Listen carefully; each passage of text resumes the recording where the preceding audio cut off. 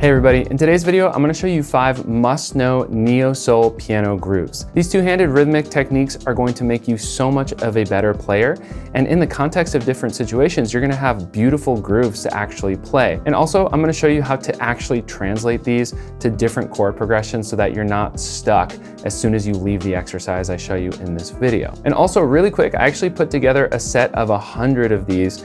If you just go down the list, you will have basically every advanced professional level technique that you could possibly need to sound professional playing grooves in most genres. So if you're interested in that, just check out the link in the description. All right, let's get right into it. All right, let's take a quick look at the first one here.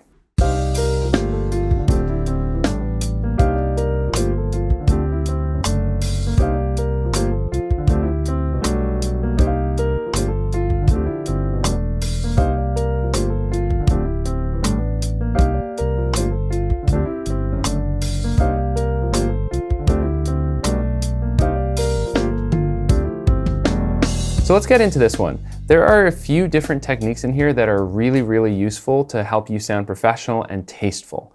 So first of all, of course, the voicings are important. In this case, we're doing these two-hand rootless voicings for minor 11 chords. They sound really nice. But we have these lovely flicks in the middle, or inflections as I've sometimes called them. So for example, we can do 3-4, or you could also do 2-3 here. But I'm gonna do 3-4 because I wanna grab this note here after with 2.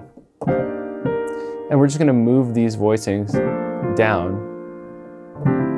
For the third one, we do a slightly different one. This one actually is a rooted voicing, right? 1, flat 3, 5, flat 7, 9, 11. Just straight up, as we say, root position, the numbers in order going vertically.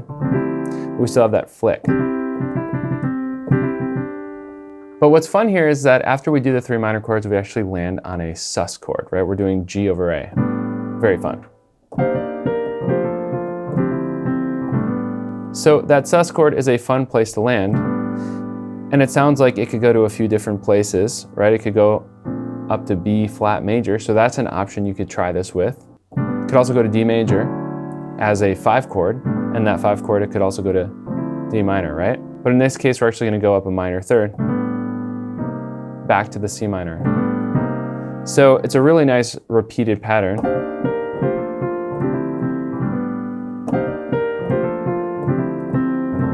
And then in the second half, we land on this really important chord, particularly for neo-soul, but in a lot of genres these days in general. We basically have a D major triad, but over the third. And then actually, I didn't include the most important note here for what makes this chord particularly essential for neo-soul, but we want that 9, or as I call it, the sus2. We have kind of a D sus2 triad over F sharp. So you could also just call this D2 over F sharp. Now, one other key element is we also have to do the pedal for every single chord and then let up as we go. So pedal down, and then up, release that chord, back down. And so you're getting all of this really beautiful flow from chord to chord and the really nice flicks and inflections in the middle. Now, as promised, I want to talk to you about applying this to other chords, other chord progressions. So what if instead we do D minor, D flat 7, C minor, B7, to B flat major. And I'm not saying the full voicing names, just the kind of basics here, the basic sounds. So part of why I wanted to show you this one is because I'm gonna give you an extra technique in here. We can start moving the notes more, and I'm gonna mainly just do some arpeggiation in the right hand as we go down. It's gonna sound something like this. Pretty cool, right? So I'm just kind of catching part of the arpeggio with that one note in the left hand.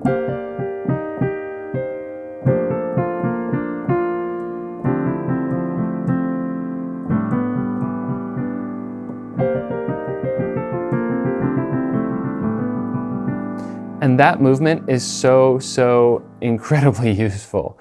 As you can hear, it sounds awesome. And so what your job is to now find some voicings for a different chord progression and apply this same rhythmic technique. That's what I want you to try. That's how we actually get this into a different context and make this your own so that it's not just the exercise I showed you in this video. But that's enough time on that one. Let's go to the next one.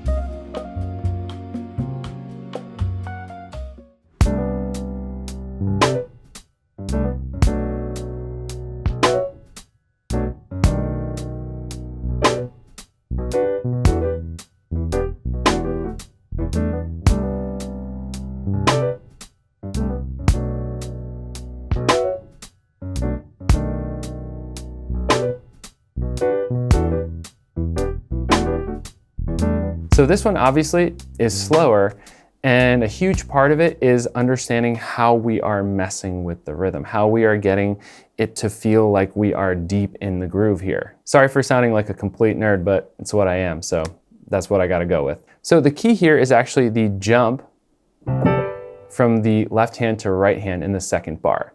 It's almost like the left hand, the bass note, is a grace note for the right hand chord, which also has its own flick.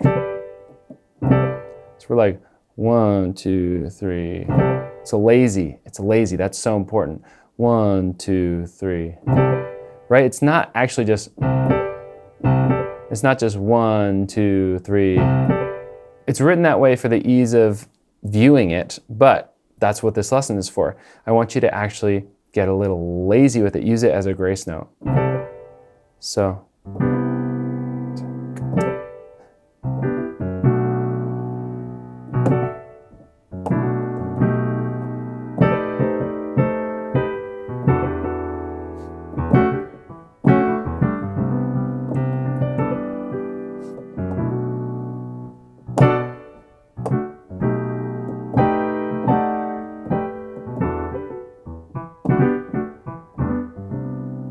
So right there, I was just embellishing a bit. I was throwing in some right hand voicings as well. So this groove is so important. You're gonna hear this in so much neo soul. Learning to do this, the jumps from the left hand to the right hand, using the full range of the piano like this is gonna be incredibly useful to you. So feel free, of course, to learn the exact exercise on the page as a starting point. And as you're doing that, don't forget that I actually have 100 of these written out in different genres. So if you just go down the list and learn all of them, you will basically be set for life and have pro level grooves built into your hands that you can use in almost any playing situation. And if that sounds interesting, link is in the description. All right, let's keep going.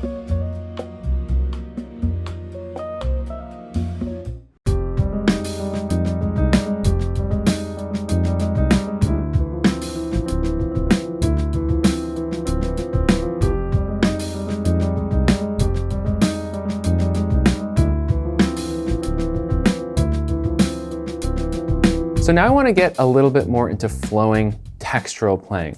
This comes down to interplay between the hands and using the pedal to create kind of a blanket of sound. Now I kind of showed you a trick of doing a little bit of this in the first one we went over, but I want to explain to you how I actually built this exercise. So what we're really doing here is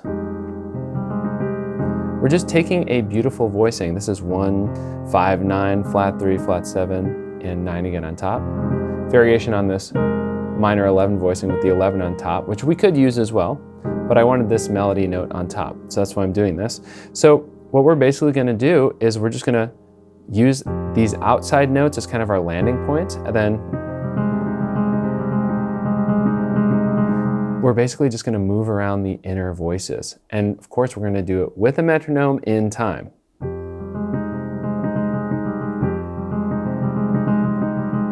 You'll see I'm actually doing variations on the actual exercise that's written out. I want you to work on that too. The whole point of this video is I'm giving you the exercises to learn first, but then you got to try them in your own way, try them in your own context. I'm showing you that a little bit of how I'm now interpreting them and taking them beyond what's written. That is so important. That is what's going to get you off of this video, off of the sheet music. So check out the actual one. Really simple. We just go down a minor third.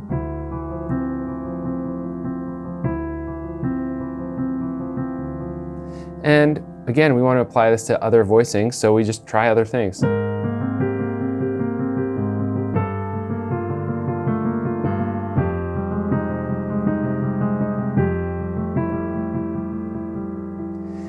By having a metronome, you're not going to get lost. You have to get really used to hearing that beat in your head and making sure that you move on to the next chord, even if the rhythm changes a bit. Promise you, if you practice that, particularly starting slow, you will get more and more used to it. So let's take a listen to this next one.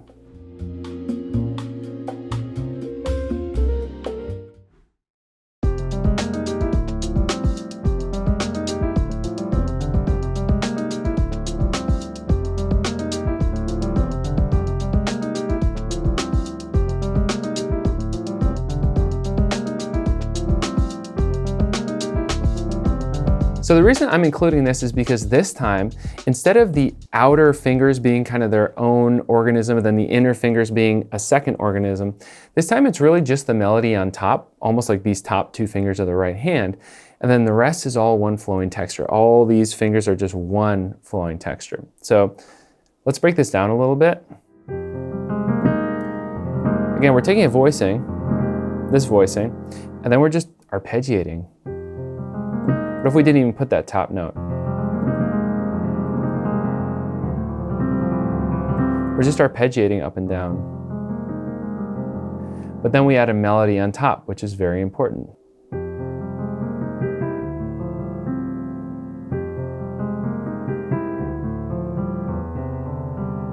then we just move chords a little bit more quickly here.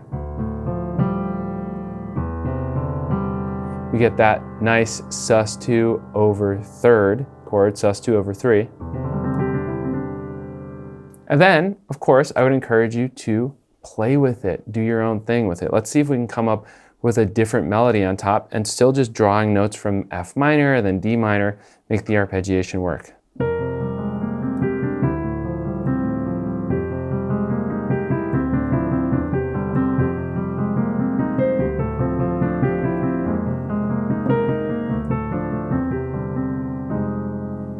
So I used a bit more interplay between the hands and kept a melody on top. I want to practice that more, and you should too.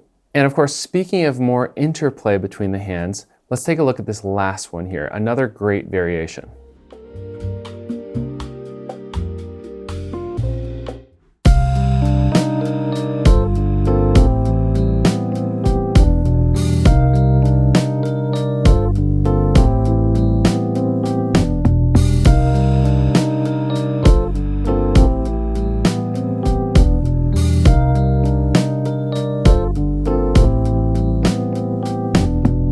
So again, the right hand is doing the melody. I would actually say it's probably this. We could play it with just the chords, which would be the normal way to do it.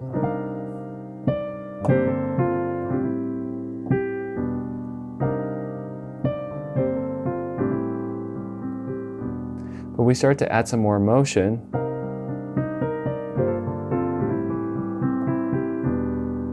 And then we finally arrive at the full movement.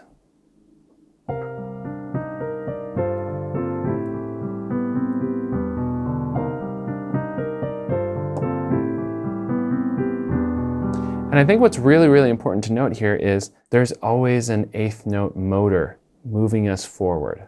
And that's a really beautiful way of creating that forward motion. It's something I highly recommend you try across different songs that you're playing.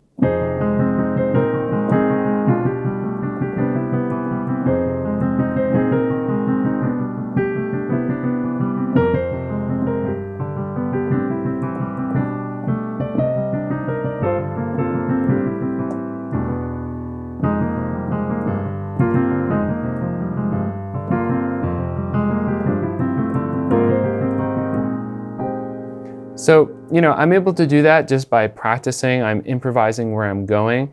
I could do it better still, but I gotta work on this stuff too. So again, I just wanna hammer this point home. With every single exercise I show you in a video like this, the most beneficial thing is going to be to learn it, but then do your own thing with it. Use it improvisationally, try it on a different chord progression, learn some voicings for a different progression, and then apply it there. See if you can keep that eighth note motion and interplay between the hands, arpeggiation. Right? All right, so I hope that was incredibly useful. Just another reminder, if you want 100 of these across different genres so that you have 100 super professional level baked in piano grooves in your hands and in your brain, check out the link in the description. I worked really, really hard to give you an amazing array of progressions so that despite the professional situation you find yourself in, you will have some amazing grooves under your fingers to work with. All right. Thank you so much for watching. I hope that was really, really helpful. If you're not subscribed here, please click subscribe and click the like button. It really helps me with the algorithm. And I'll see you in the next video. Talk soon. Thanks, y'all.